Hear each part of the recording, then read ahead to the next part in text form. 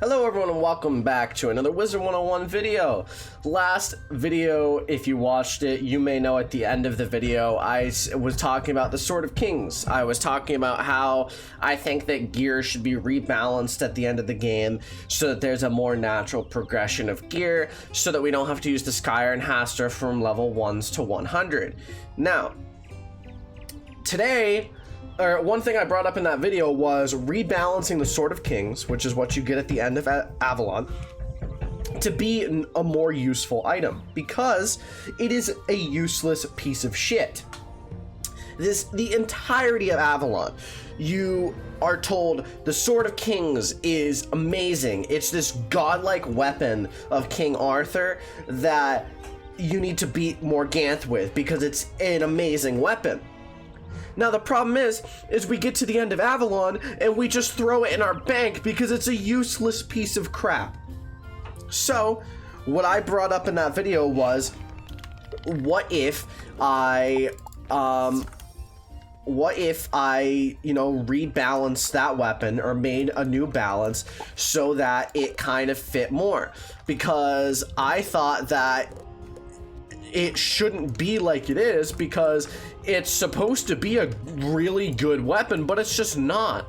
So I went through the trouble to look at every single Sword of Kings and rebalance it in a way that I thought not only fit the game, but fit the idea of the Sword of Kings, where it's supposed to be a really good weapon. Now I tried not to make it too unbalanced. It's not like it has 20 damage or anything, right? But I'm going to show you it here. I put it all in a Google Doc, so hopefully that makes you feel good. I'm going to go over it right now, right?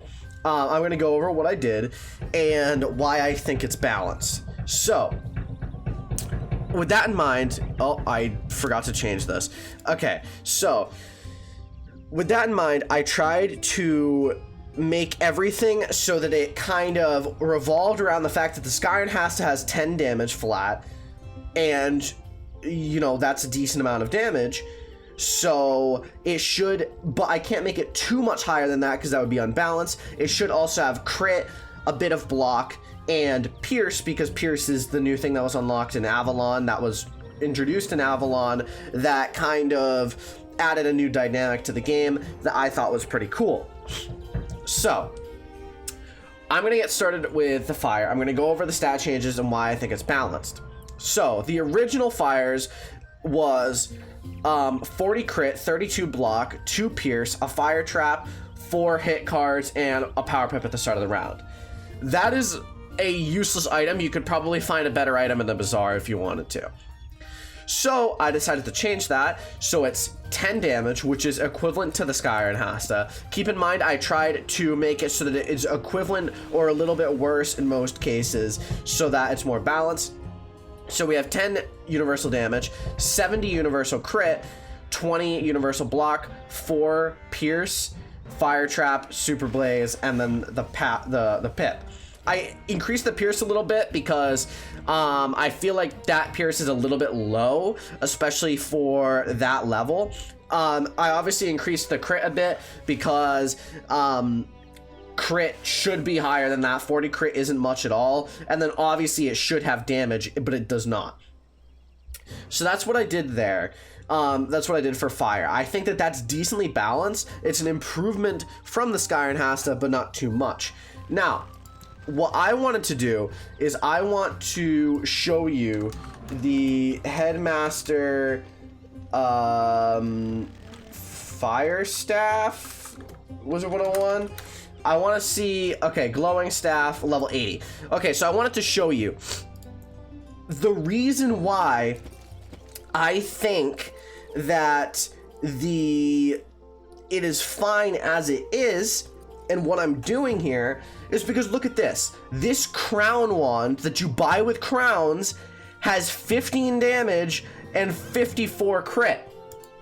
64 crit, sorry, I couldn't see that. So when I go over here and make a wand that has less damage by 5 and a bit more crit, I think this is fine. This is balanced, because that you shouldn't have to pay to win. You shouldn't have to pay to get a wand that's better than that, right? If they're giving out the Sky and Hassa, they should give out a wand like this, where it's not even as much damage. It's fine. This would be a good and balanced weapon, in my opinion.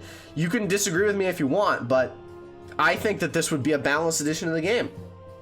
All right, the ice wand that I made originally had 20. It originally had 20 crit, 72 block, 5% incoming, ice trap, super arctic, and +1 pip at the start of the round. I thought that was a super weird choice. I get the crit and then the high block, but the 5% incoming doesn't make sense at all to me, and there's nothing that signifies that it's an ice wand, and it's designed for ice wizards. So what I did was I made it more designed for ice. So I had 6% damage, which makes sense because it's weaker than the Sky and Hassa significantly because it's ice. Ice doesn't need a lot of damage. 25 crit, which it still should have more crit than it does. 100 block, which fits more. And then 2% resist, because I thought that that makes sense. As an ice wizard, you should have resist, and this signifies that it's an ice wand and not like that could easily be a life wand if you remove the ice trap, right? Next on our list, we have Storm. Now, Storm, keep in mind, I wanted to show that Storm is powerful, but not make it overpowered. So you can see I put 11% damage, which makes it a direct upgrade from the Sky and Hasta. 80 crit, 15 block, which makes sense. 5% pierce, a Storm Trap, Super Jolt, and then Power Pip. So, again, as an example, this is the Headmaster Sky Staff. 71 crit and 14% damage. I think this is fine. It does less damage and maybe has a bit more crit, but it's a wand and it's a balanced wand. I think that the reason why I kept the pierce there and I've increased the pierce a bit is because it kind of shows that each school kind of has a strength, and Storm does have a lot of pierce in later levels. Like if you look at the Malastare gear, like I'm pretty sure the Malastare Cowl of Flux gives like 8 pierce, which is a lot. So keep in mind, I'm trying to make this decently balanced. All right, Myth is next. I wanted to make Myth kind of where it should be, in my opinion, which is less than some other schools, but kind of a middle ground school, but does decent amount of damage. So its original was 33 crit, 42 block, 2 pierce, Myth Trap, Super Blitz, and then 1 Power Pip to start. I decided 8 damage seemed about right, a bit less than Sky and Hassa, a bit less than the others, but still decent. 65 crit, 55 block, 4 pierce, yeah, and then the rest. So a lot of these pierces I increased by about a factor of 2 because I thought that made a lot of sense. I feel like that's decently balanced. I feel like that Myth should be a little bit more damage oriented than this wand makes it out to be, which is why I put it at where it is. I think that fits a lot. So next we have Life. Now Life's is good. It is actually a legitimately good life wand, but it still isn't good enough in my opinion. So originally it's 31 crit, 1 pierce. That's okay, right? But then you have 25% outgoing, which makes it like the best healing wand in the game as a healer, which is good, and I wanted to keep that because I think that makes sense. So what I changed was 45 crit, up the crit a little bit so that it's more balanced.